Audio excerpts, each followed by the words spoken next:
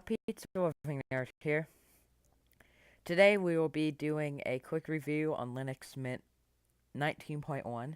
Now, if you're wondering why there isn't a fast look, I decided that I will be combining the fast look in the review, so I'll do a look around the OS and then a review. Now, we are currently on the desktop, and it has some sort of slider to customize the grid or whatever. Kind of interesting. So, I'm gonna do it like this. Um, Yeah. So when I looked at desktop, when I right-clicked the desktop and hit customize, I was expecting like a wallpaper or something.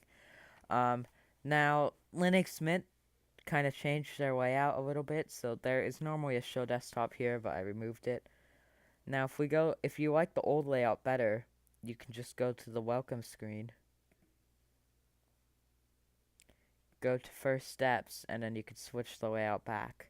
However, I like the modern layout better, and this modern layout not having this was one of the reasons I didn't really like Linux Mint. This new layout makes me like Mint a lot more. Mint also has system snapshots, a driver manager, update manager, system settings, software manager, and firewall. So I like this welcome screen a lot. I like the way it's laid out. Now, another thing that I noticed when I was messing around with this distro at first is it has like built-in Qt5 settings. Qt5, same thing.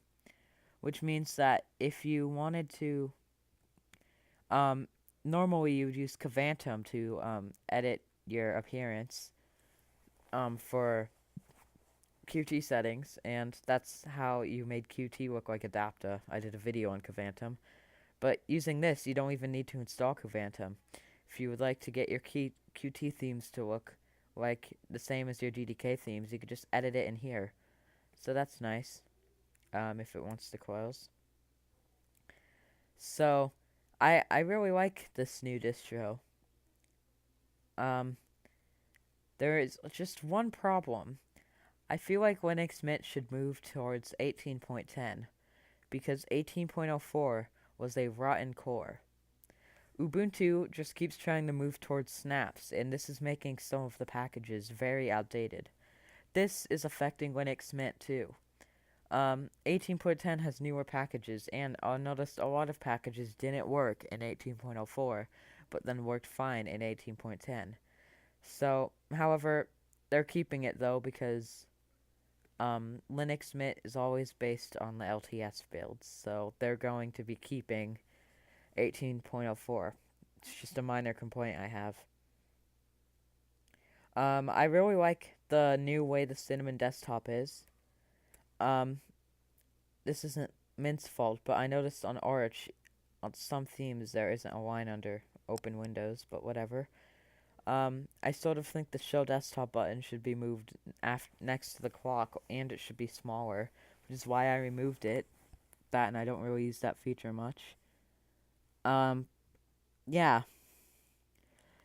So it comes with Firefox as its default browser. It also has Thunderbird and HexChat and a torrent client. Comes with LibreOffice pre-installed. It should be 6. Um, it's got VLC, which in my opinion is the best video player on Linux. It's also got Rhythmbox and whatever media player is. I don't really get if that media player is not VLC. Yeah, this isn't VLC. I think this should be removed because VLC um is also included and that can do much more. Although sometimes VLC doesn't work properly on some Linux distros I noticed. Now Cinnamon, it's pretty customizable by default. Um, if I can find the system settings, it should be in preferences actually. Yeah, I'll just open up settings. Oh, come on. Here it is. So you've got. Let's look at some of the wallpapers. I never actually looked at Linux Mint 19. This is my first try using Mint after 19. I like this wallpaper. Coffee.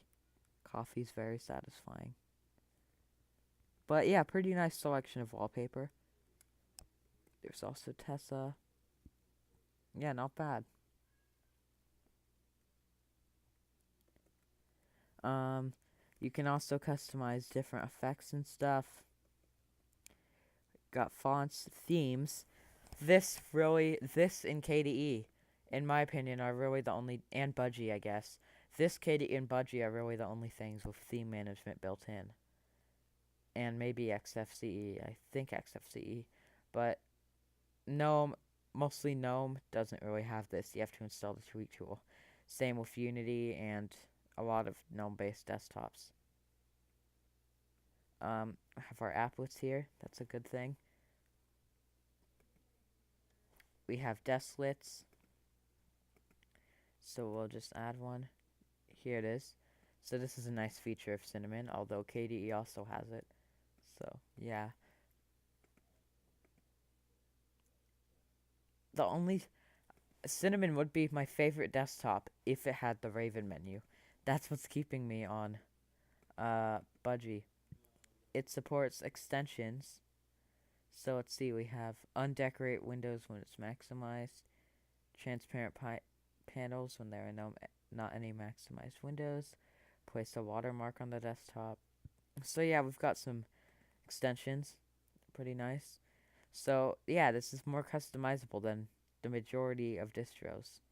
We could customize our login screen somewhere. Here it is, login window. And it's also got driver manager and a thing to make system snapshots to back up the system. So what do I think of this distro? I used to dislike Linux Mint. However, this update has made me like it. Has made it a lot more likable for me. I didn't like the icons. I still don't like the icons, but um, I could still change that. I didn't like how old the layout felt. This fixes that for me. Um, see. Oh yeah, the software center. I really like this software center because since Ubuntu has a lot of older packages, like according to Switch to Linux, he said that the 18.04 package for Kdenlive is older than the one in Debian 8. So, we've got Minecraft here. Although, pretty sure. Yeah, I'm pretty sure Mojang has a client now. But I like how it basically differentiates the packages between Flatpaks and not Flatpaks.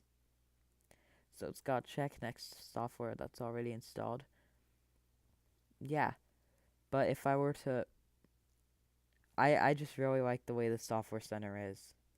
If I were to search something like Kdenlive here, it has the one from FlatHub and the one that isn't from FlatHub, so you could decide which one you want, which I like. They're not trying to shove the Flatpaks down your throat.